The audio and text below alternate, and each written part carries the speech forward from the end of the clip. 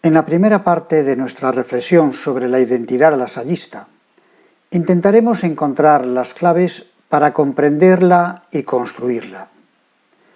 Y en primer lugar, ¿cómo leer nuestra identidad hoy? La pregunta por nuestra identidad carismática, ¿quiénes somos? ¿Qué somos? Podemos hacerla ante el espejo, mirándonos a nosotros mismos, estilo adolescente, y tendríamos una respuesta narcisista, que nos invita a ahogarnos en nuestra propia imagen, a complacernos en lo que nos diferencia de los demás, a reivindicar unos valores que, según pensamos, nos pertenecen, y a mantener un estilo, unas formas externas que sirvieron para otro tiempo, pero no para el ecosistema socioeclesial que hoy nos acoge.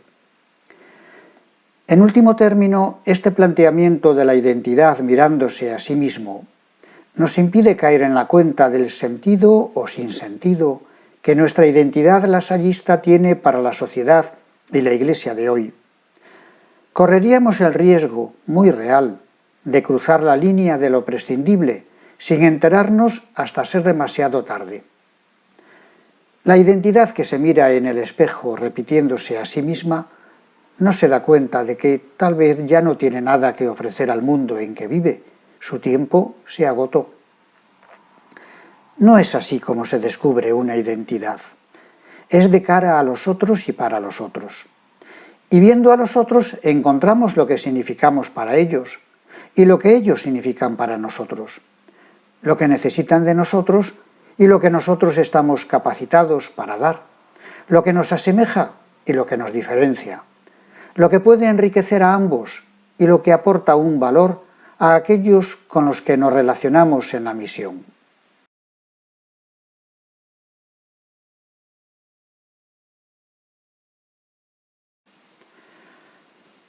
El reciente documento sobre la familia lasallista, profundizando nuestra identidad, es un buen intento de lectura, el primero que se ha hecho de un modo oficial de la identidad lasallista en un contexto de diversidad cultural y religiosa.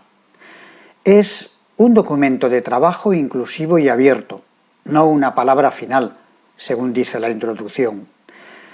Lo que me parece más importante en esta lectura son las claves utilizadas, las mismas que necesitamos nosotros hoy para reconocer y actualizar lo que somos, o mejor, lo que estamos llamados a ser. Primera clave, es una identidad que no se recibe como quien recibe un libro para leer y aprender, sino que se experimenta y se asimila mientras se va de camino con otros con los que se hace comunidad. Segunda, es una identidad que se descubre en el contexto de la Iglesia como pueblo de Dios, Iglesia Comunión, donde la misión es compartida por todos sus miembros, donde cada uno tiene algo que aportar desde su propia vocación, y donde todos nos convertimos en signos para otros con los dones recibidos. Tercera, y en el contexto también de una Iglesia que se reconoce en el interior de la humanidad y colabora fraternalmente con los creyentes de otras religiones y con todas las personas de buena voluntad en la mejora de este mundo. Cuarta, es la identidad generada y alentada por un carisma dinámico, un carisma heredado del fundador, pero no como un objeto intocable y estático, sino como una fuerza viva que se renueva, que suscita la creatividad para dar nuevas y mejores respuestas a la misión, que se expande más allá de las fronteras institucionales, que se comunica y se asume en diversos grados por las personas. Es una identidad, quinta, sostenida por una espiritualidad que se enraiza en la interioridad de la persona. Nos abre a la trascendencia, nos impulsa a mirar más allá de lo inmediato y aparente, nos llama a sentirnos mediadores de Dios en su obra de salvación y nos ayuda a descubrir esta obra en la educación de los niños y jóvenes, especialmente los pobres.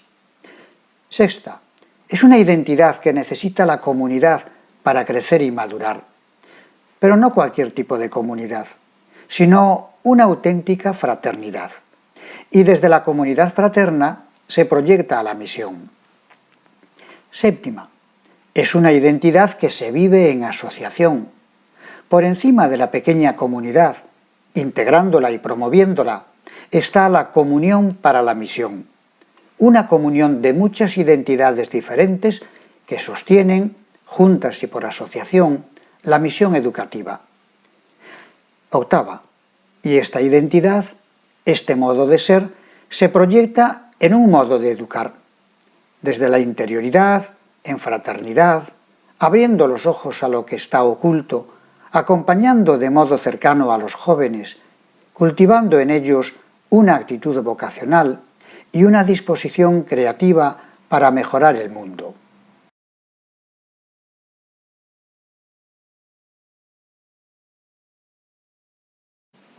El documento sobre la identidad lasallista que nos está sirviendo de referencia comienza su capítulo 4 sobre la formación con una imagen que me parece inspiradora. Resalto algunas frases. Ser lasaliano es un proceso, un camino, un itinerario. Aunque la trayectoria de cada persona es única, la experiencia humana compartida ha demostrado que ciertos itinerarios arquetípicos son comunes a muchas personas.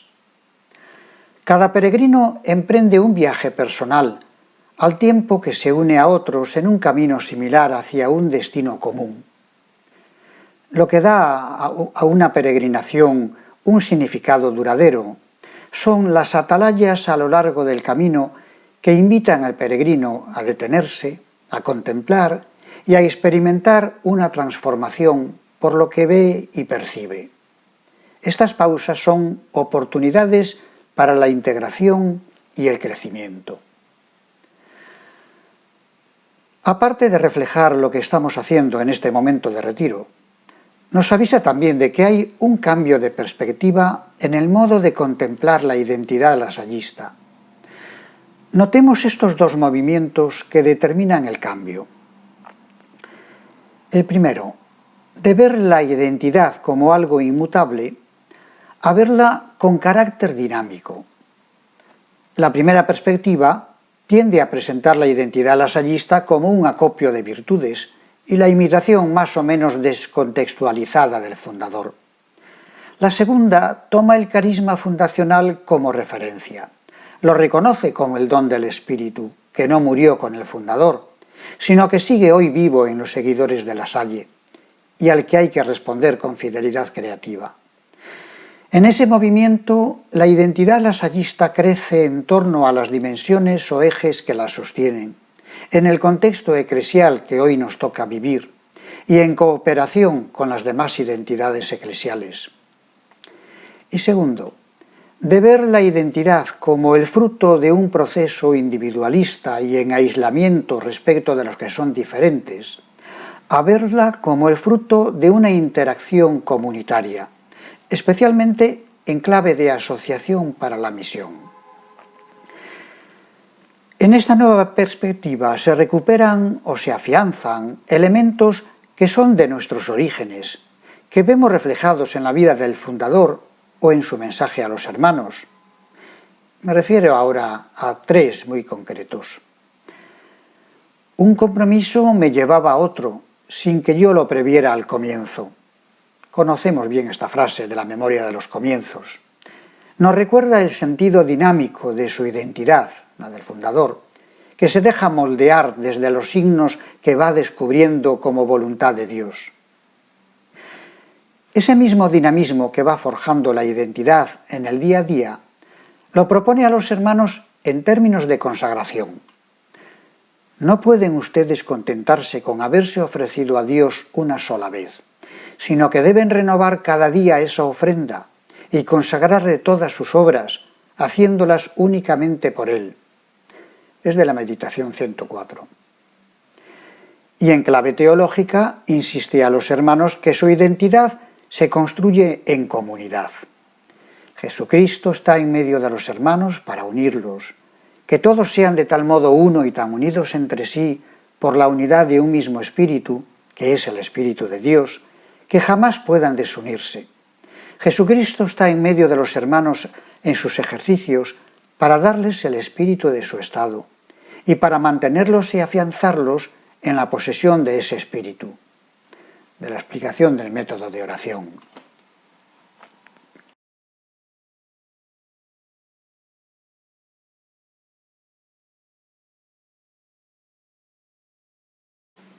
Vivir la identidad como vocación. Desde nuestras raíces históricas y carismáticas, la identidad lasallista es fundamentalmente vocación. O mejor, se hace posible en la tensión vivida entre identidad y vocación. La identidad no la encontramos en lo que somos, sino en lo que estamos llamados a ser. El ser llamados lo entendemos como que somos objeto de las muchas llamadas que nos llegan de Dios, de nuestros hermanos, de los destinatarios de la misión. Es en la tensión de hacernos sensibles a esas llamadas y darles una respuesta creativa desde los dones que descubrimos en nosotros. Así se va forjando la identidad.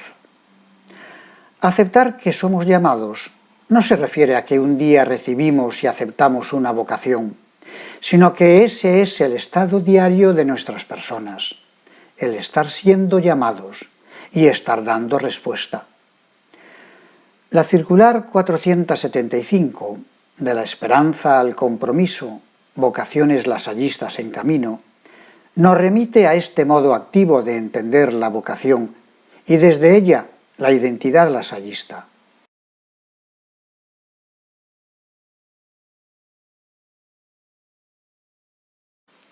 Identidad y vocación se funden y hay un punto en el que se produce la fusión.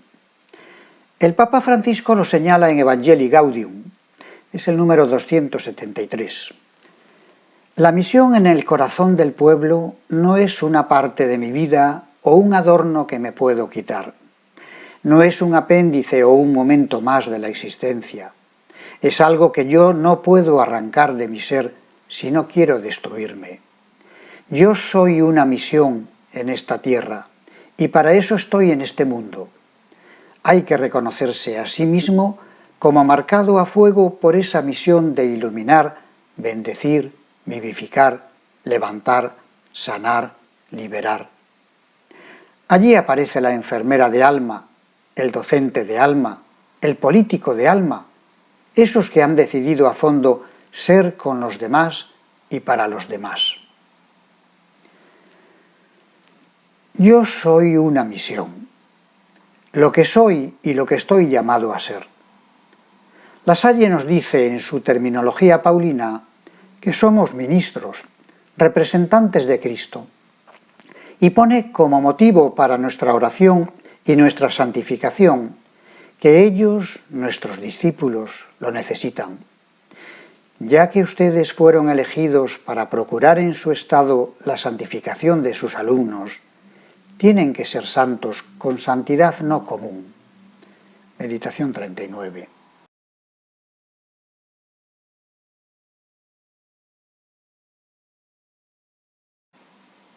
Ilumina a nuestra reflexión lo que el Papa Francisco propone en su exhortación apostólica Christus Vivit, dirigida especialmente a los jóvenes, hablando sobre el discernimiento vocacional. Es el capítulo 9. Invita a hacerse las preguntas adecuadas. Estas preguntas tienen que situarse no tanto en relación con uno mismo y sus inclinaciones, sino con los otros, frente a ellos, de manera que el discernimiento plantee la propia vida en referencia a los demás. Y recuerda, ¿cuál es la gran pregunta? Muchas veces en la vida perdemos tiempo preguntándonos, ¿pero quién soy yo? Y tú puedes preguntarte quién eres y pasar toda una vida buscando quién eres. Pero pregúntate, ¿para quién soy yo? Eres para Dios, sin duda, pero Él quiso que seas también para los demás, y puso en ti muchas cualidades, inclinaciones, dones y carismas que no son para ti, sino para otros. La pregunta ¿para quién soy yo?, tal como nos la propone Francisco, tiende a unificar toda la persona y no solo un aspecto o dimensión de ella. Marca toda la identidad proporcionándole una dirección, un sentido. Sin embargo, la preposición para está hilvanada en el pensamiento de Francisco con la preposición con. Esos que han decidido a fondo ser con los demás y para los demás.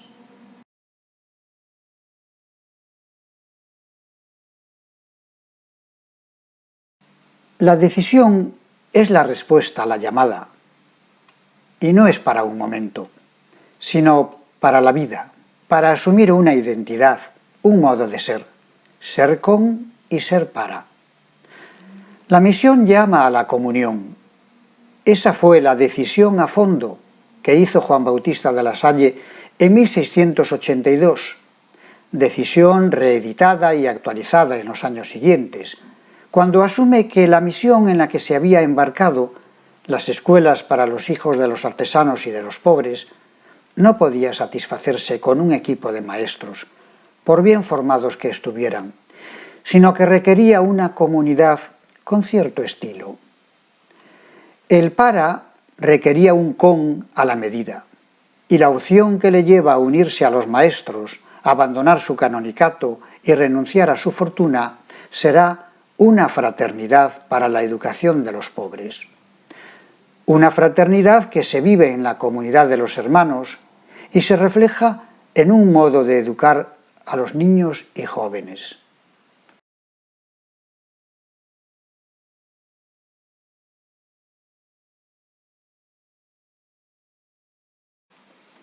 Cimiento y eje constructor de nuestra identidad.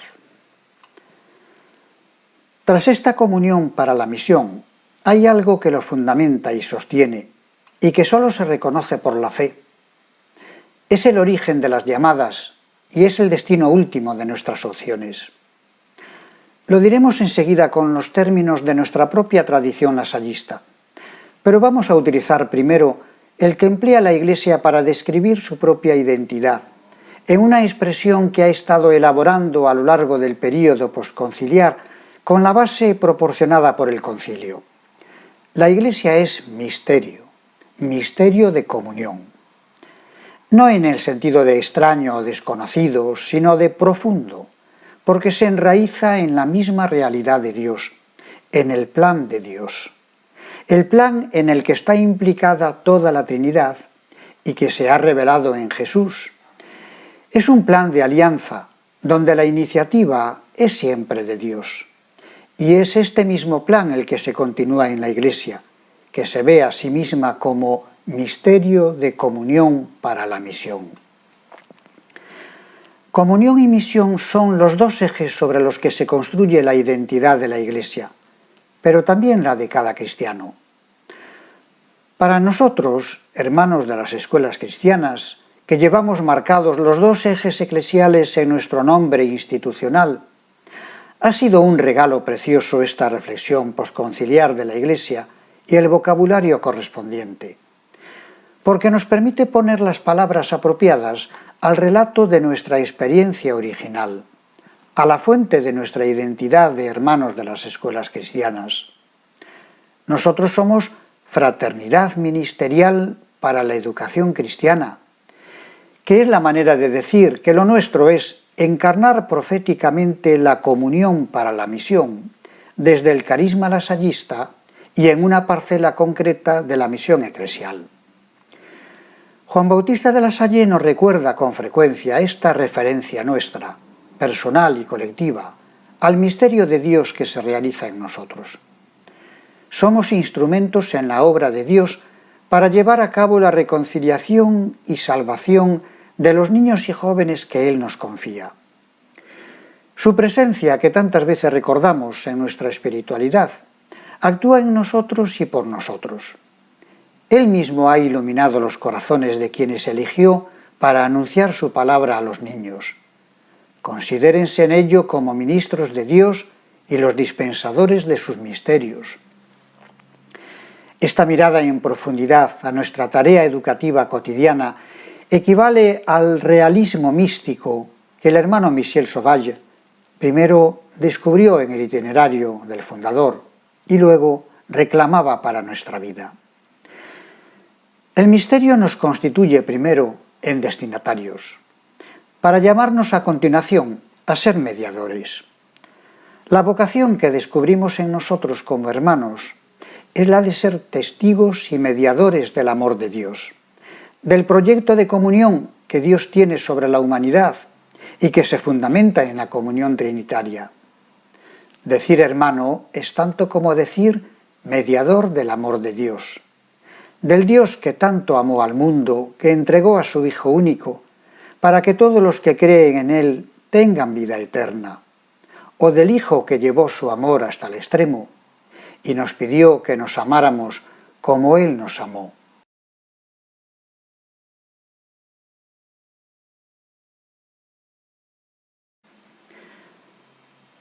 Ahora tenemos ya constituido lo que podríamos llamar el eje constructor de la identidad lasallista, del que se derivan o en el que confluyen todos los demás elementos que dan contenido y forma a esta identidad. El nombre de este eje en términos eclesiológicos es misterio de comunión para la misión, y expresado en términos más cercanos a nuestro carisma lasallista, mediadores del amor de Dios en una fraternidad para la educación de los pobres. El orden de los tres elementos no es indiferente. El primero, mediadores del amor de Dios, actúa de piedra fundante para dar consistencia a los otros dos. Todo empieza en la experiencia que subyace a aquella confesión de fe de la primera carta de Juan. Nosotros hemos conocido el amor que Dios nos tiene y hemos creído en Él. Lo que está en el origen de nuestra vocación y en el día a día de nuestra vida cristiana y consagrada es la experiencia del amor de Dios. Una experiencia que urge a ser compartida. Es la conciencia de un don recibido que lo convertimos en don compartido en la fraternidad. Y finalmente, en don que entregamos en la misión que se nos encomienda a los niños y jóvenes a los que somos enviados. La misión se fundamenta en la comunidad, y ambas en la experiencia y la llamada del amor de Dios que nos hace mediadores suyos.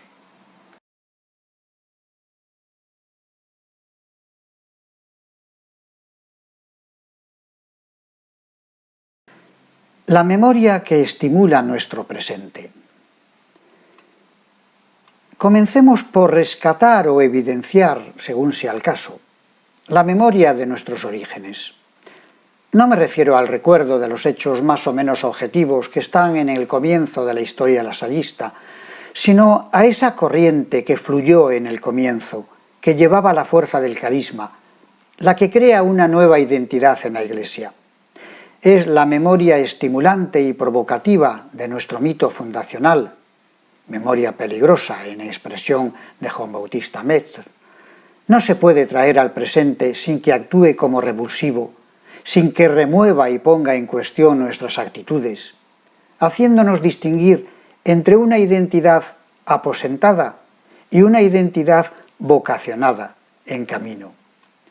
Esa memoria convierte nuestro presente en una parte activa de la misma historia, y no una simple repetición. Aporta un porqué, una motivación, un sentido, una dirección. Nos trae al presente la experiencia de vida, el itinerario de quien vivió a fondo y fue puente para nosotros del carisma que el Espíritu ha regalado a la Iglesia. En esa memoria descubrimos a La Salle como inspirador, más que como modelo a imitar u objeto de devoción. Esa memoria está en el trasfondo de la advertencia que encontramos hacia el final del itinerario del fundador. Justamente cuando podríamos esperarnos una invitación a ser fieles a la regla, a la guía, al método de oración que ha escrito para sus hermanos y cuya eficacia ha quedado comprobada, pues no. Lo que nos advierte es que seamos fieles a aquello que le ha dado vida a él mismo y que da sentido a eso que él ha escrito. Lo más importante y a lo que debe atenderse con mayor cuidado en una comunidad es que todos los que la componen tengan el espíritu que le es peculiar, porque este espíritu es el que debe animar todas sus obras y ser el móvil de toda su conducta. El fundador sabía bien que la tentación es siempre la de someter el espíritu, con minúscula o con mayúscula, a nuestra rutina o conveniencia. Él nos invita a someternos al espíritu y dejar que sea Él quien nos anime y nos dinamice. Y es, dice, este mismo Espíritu Santo quien anima nuestras acciones y es en ellas un espíritu de vida y hace que no sean en nosotros acciones muertas. Esa memoria contiene el núcleo originante de todo el proceso, según nos ha recalcado el Papa Francisco. Yo soy una misión en este mundo. Convicción que tengo que hacer efectiva en la respuesta a estas dos preguntas. ¿Para quién soy? ¿Con quién soy? Juan Bautista de la Salle vive intensamente ese núcleo, que en principio es la vocación de todo ser humano y de manera especial de todo cristiano. La llamada a dejarse guiar por Dios, a poner a Dios como fundamento de su vida y contribuir a su plan de salvación. Su itinerario se va haciendo mientras intenta concretar esa convicción y responder a esas preguntas. Es esta experiencia espiritual la que nos interesa descubrir, no para copiarla, pero sí para dejarnos inspirar por ella.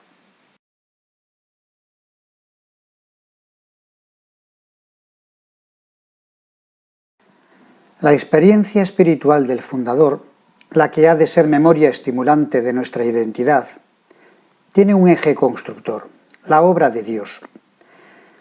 En el corazón de su proyecto de vida sitúa esta finalidad a modo de opción fundamental, desde la que da unidad a todo su quehacer, a todas sus responsabilidades, incluso a su santificación y salvación personal, cumplir la obra de Dios, considerarse un instrumento que sólo actúa por voluntad del operario. Miraré siempre el trabajo por mi salvación y el establecimiento y guía de nuestra comunidad como la obra de Dios.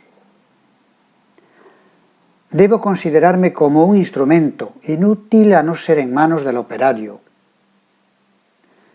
Es de las reglas que me he impuesto, números 8 y 9. El itinerario de Juan Bautista se motiva y justifica desde este objetivo: realizar la obra de Dios y ser un instrumento apropiado para realizarla. El dinamismo interno que le empujará en esa dirección procede de un corazón abierto a las personas, a sus necesidades, a sus interpelaciones, abierto a los acontecimientos, abierto a las inspiraciones en la oración y la escucha de la palabra. Ese mismo dinamismo le hace receptivo al carisma del Espíritu, del cual se hace puente hacia nosotros.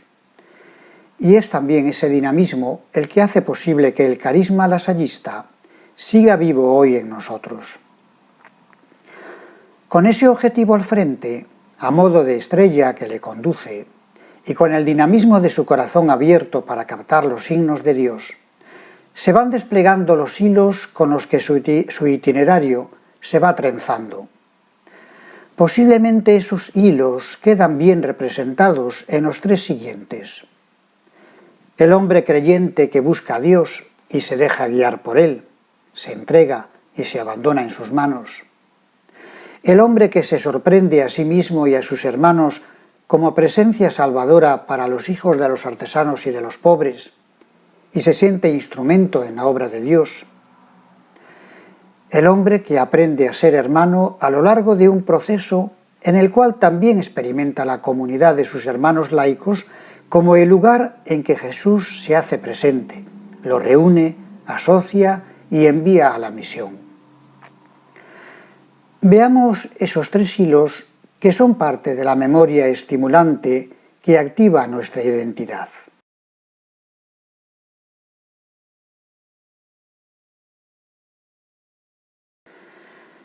El creyente, un hombre en búsqueda que se deja encontrar. Buscar los signos por los que Dios le habla es una preocupación que está presente a lo largo de toda la vida de Juan Bautista, pero se nota con más evidencia en su juventud, hasta que se encuentra enderezado en la obra que ocupará su vida adulta. Lo que es evidente en Juan Bautista es que no son las buenas ideas, ni un deseo abstracto de generosidad lo que le pone en marcha, sino a las necesidades concretas de las personas. Esos son los signos por los que Dios le habla. Y esos signos no los deja pasar. Ahí es donde se compromete. Recordemos esas palabras suyas de la memoria de los comienzos. Dios, que conduce todas las cosas con sabiduría y suavidad, y que no acostumbra a forzar la inclinación de los hombres, queriendo comprometerme a que tomara por entero el cuidado de las escuelas, lo hizo de manera imperceptible y en mucho tiempo, de tal modo que un compromiso me llevaba a otro, sin haberlo previsto en los comienzos.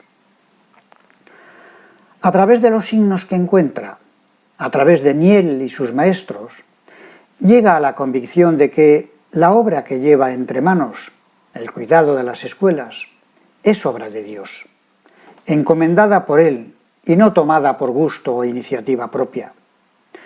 La Salle se siente instrumento que debe responder con fidelidad a Dios.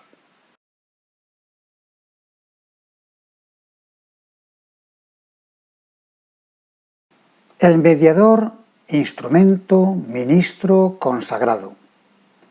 Estos cuatro términos se iluminan entre sí para ayudarnos a comprender el sentido que adquieren en la experiencia y el itinerario de la Salle, así como en la espiritualidad que nos ha legado.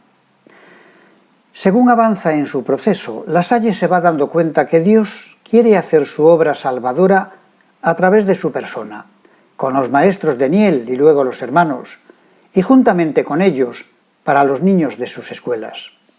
Y la lectura que hace de su propia experiencia la va reflejando a los hermanos, especialmente en sus meditaciones.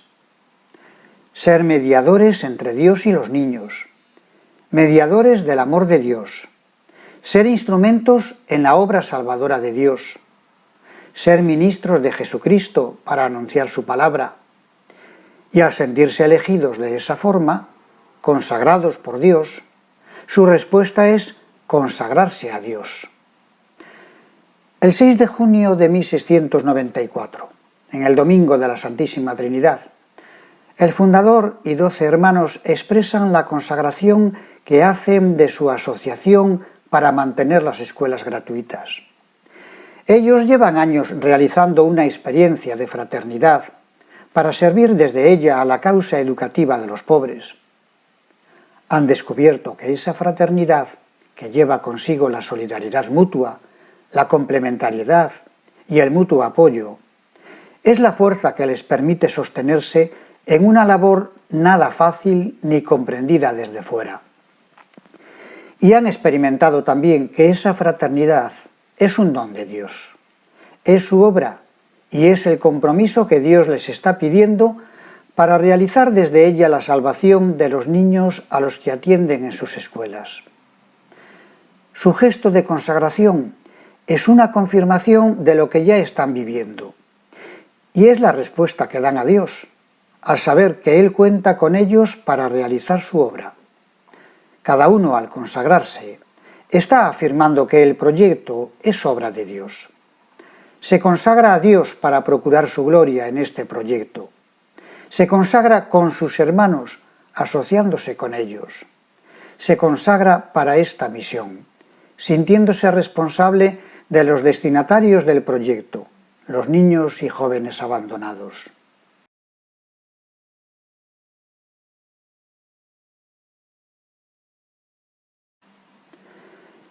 El hermano, de la generosidad desde arriba a la fraternidad en horizontal.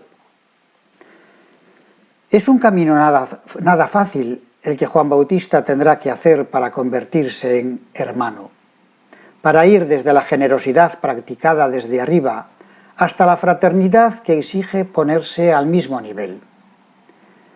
La etapa fuerte de su conversión se produce durante aquella década de 1680 en adelante, de la mano de los maestros de Niel y los primeros hermanos, y culmina en 1694, al hacerlo objeto de consagración. Lo que va a descubrir como fraternidad es otra cosa que la simple generosidad. Es un estilo de vida que nos pone a caminar al lado de otras personas, al mismo nivel, en mutua solidaridad y apoyo.